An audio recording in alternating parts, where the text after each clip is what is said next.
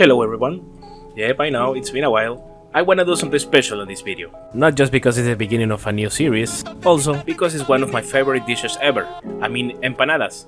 They have existed for so long and they have been enjoyed by so many people, and we have got lots of versions of it. Fried, baked, steamed, technically, and from so many different places. Mexican, Chilean, Argentinian, Venezuelan, Spaniard, Guatemalan, Puerto Rican, etc. But this time we're going to make a very special type of empanada.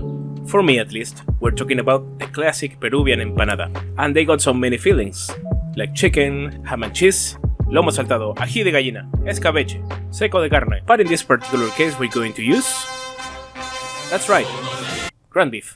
Okay, let us start with the filling. First grab 600 grams of red onion, cut them in brunoise, or small pieces, very small pieces. Onions are 100% necessary for any South American empanada. Next, grab a Peruvian yellow chili or ají amarillo, which is also very important for any Peruvian empanada, and slice and dice it the same way, though before cutting it, make sure to remove the veins and the seeds. Or you can leave it if you're into very spicy empanada fillings.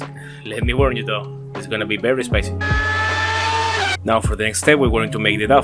This one is supposed to be thin, crunchy, savory, and a little bit of sweet, so pay attention to the ingredients. Start by getting 1000 grams of all-purpose flour, in which I am going to add 150 grams of icing sugar. After giving it a quick mix, get 300 grams of butter or margarine and 200 grams of pork fat. Of course you can use 500 grams of one of the two ingredients, but the mix of both flavors are just right. Now mix ingredients, and instead of trying to do a solid dough, just mix it in a way in which the result looks like this sandish-like flour. Mind that this step is important because it's going to make the pastry as crunchy as it will ever be. Then I recommend to make a hole at the middle of the buttered flour, so you can add the liquids, in this case being 250 milliliters of whole milk. Then finally mix it into a whole piece. Don't work it too much, just enough to keep it barely together. Otherwise it's going to become elastic and it's going to lose its shape in the oven.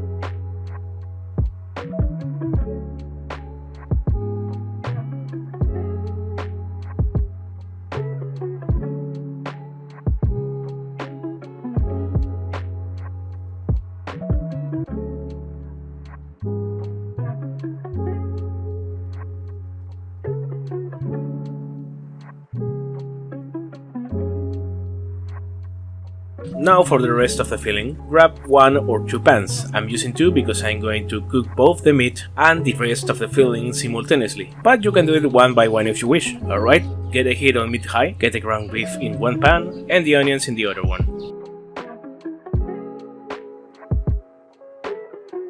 As you can see here, just cook the meat until it's completely cooked. Then cook the onions until they get caramelized brown, of course watching and revolving constantly. After that, add some salt and pepper up to taste, then add the yellow chili or ají, a teaspoon of paprika, add the beef, lower the fire and let it cook for a couple of minutes.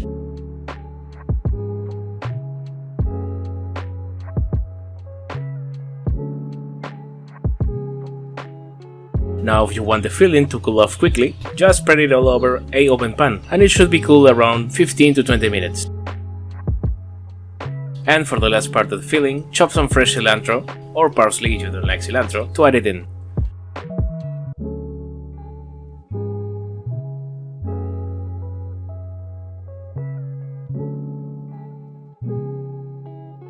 Finally we go to the assembly part. If you want to have your empanadas as equal as possible, then I suggest to get a kitchen scale and weigh it off, and if you have the time and patience, the filling in about 70 grams each, so every empanada from the batch weighs around 140 or 150 grams. Then get each piece of dough and give it a bowl shape, which is going to help to make a good flat circle shape once we use a rolling pin to, flatten them, and it's gonna be around 3 to 4 millimeters each.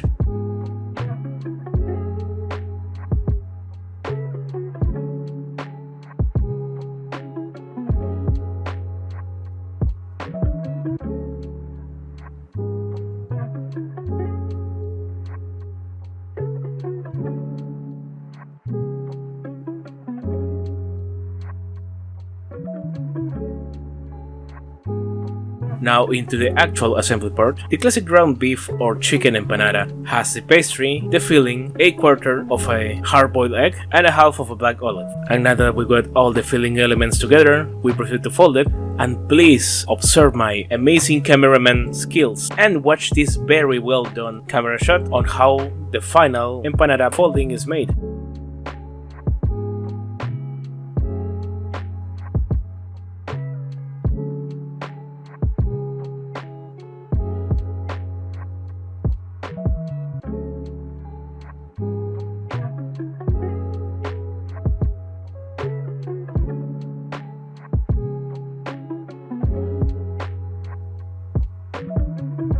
And anyways, it should look like this. Now that we're done with all of them, or some of them, get them in the freezer for around half an hour or until they're completely rock solid. Apply some egg wash with a brush and get them into a preheated oven on 180 Celsius for around 25 minutes. Remember that every oven is different and time or temperature or both may differ depending on it. And now that they're finally out of the oven, we usually add some icing sugar on top because the flavor contrast is pretty nice. And I might add that these taste amazing after one day of being baked. So if you want to reheat them, I do recommend the oven, not a microwave, because it's gonna get them all soggy.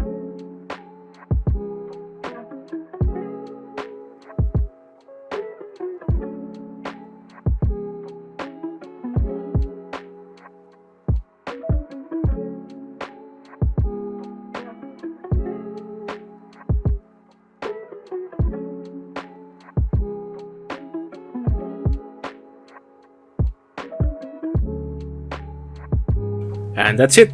Thank you everyone for watching and enjoy!